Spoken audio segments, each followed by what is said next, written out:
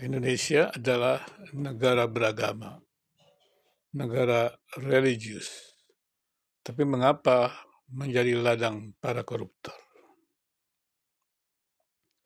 Indonesia negara yang dikenal dengan warisan budaya yang kaya, dengan keyakinan agama yang kuat. Sayangnya, di balik masyarakat yang damai dan harmonis, terdapat masalah yang mengakar, yaitu korupsi.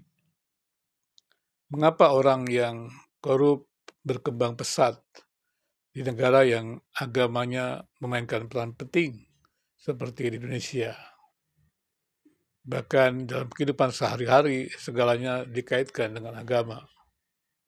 Sampai-sampai kartu tanda penduduk Indonesia pun mencantumkan agama seseorang. Dalam video yang saya akan unggah hari ini, saya siarkan pada hari ini, saya ingin menyelidiki seluk-beluk perjuangan Indonesia melawan korupsi dan mengeksplorasi alasan di balik peningkatan kasus korupsi di Indonesia, kemudian juga peran agama dalam politik hingga kurangnya lembaga yang kuat yang menegakkan korupsi.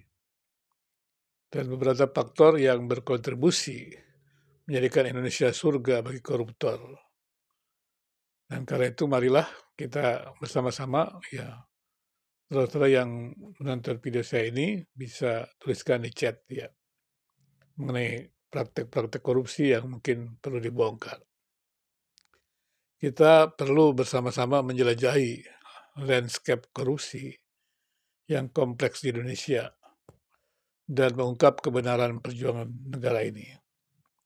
Kita sudah lihat bahwa terlihat sekali bahwa mengancam membongkar skandal korupsi merupakan realitas bahwa begitu kompleks sekali persoalan korupsi di Indonesia.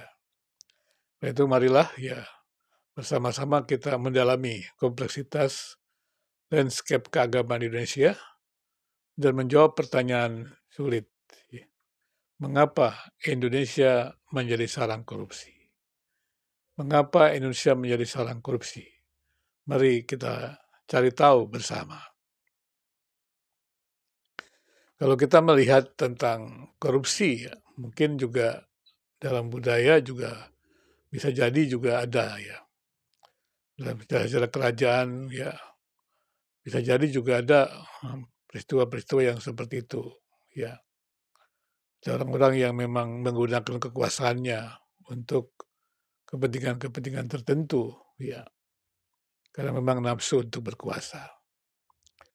Jadi menurut saya itu memang bisa terjadi karena memang usaha-usaha untuk bisa dikuasai oleh Mammon itu sangat penting, sangat menggoda manusia. Kemudian juga ketika kita melihat di dalam negeri ini, secara khusus tentang pendirian KPK, kita melihat pasang surutnya KPK. Jadi budaya bersama itu kelihatannya terlihat kelas. Artinya KPK dalam sejarahnya ketika kelihatan dia menjadi sebuah lembaga yang super body dan banyak orang menyasarnya. Dan komunitas-komunitas atau mereka yang disebut para koruptor itu kemudian juga bersama-sama menyerang KPK. Dan kemudian kita melihat bahwa begitu banyak yang ditangkap oleh KPK tetapi tidak menimbulkan jera. Bahkan mereka-mereka yang ditangkap itu karena sanksinya memang sangat ringan, dibebaskan dan kemudian menyasar KPK.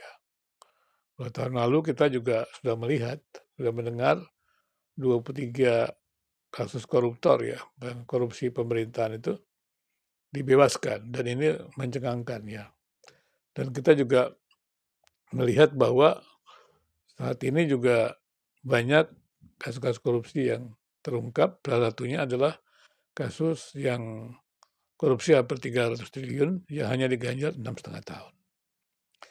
Jadi menurut saya kita sebagai orang yang beragama mesti memperhatikan ya, Indonesia memang negara multiagama dan bagaimana negara multiagama itu melakukan dialog. Jadi artinya agama-agama itu perlu dialog bersama-sama untuk menuntaskan persoalan korupsi di Indonesia. Tapi persoalannya juga agama-agama itu sendiri karena memang mendapat dukungan dari pemerintah, bisa terlihat bahwa agama-agama itu juga tak mampu melakukan usaha-usaha bersama untuk membebaskan Indonesia dari korupsi. Mengapa tidak mampu? Karena itu pernyataan dari Menteri Agama sendiri, bahwa kasus-kasus korupsi gravitasi itu banyak terjadi di Kementerian Agama secara khusus ya.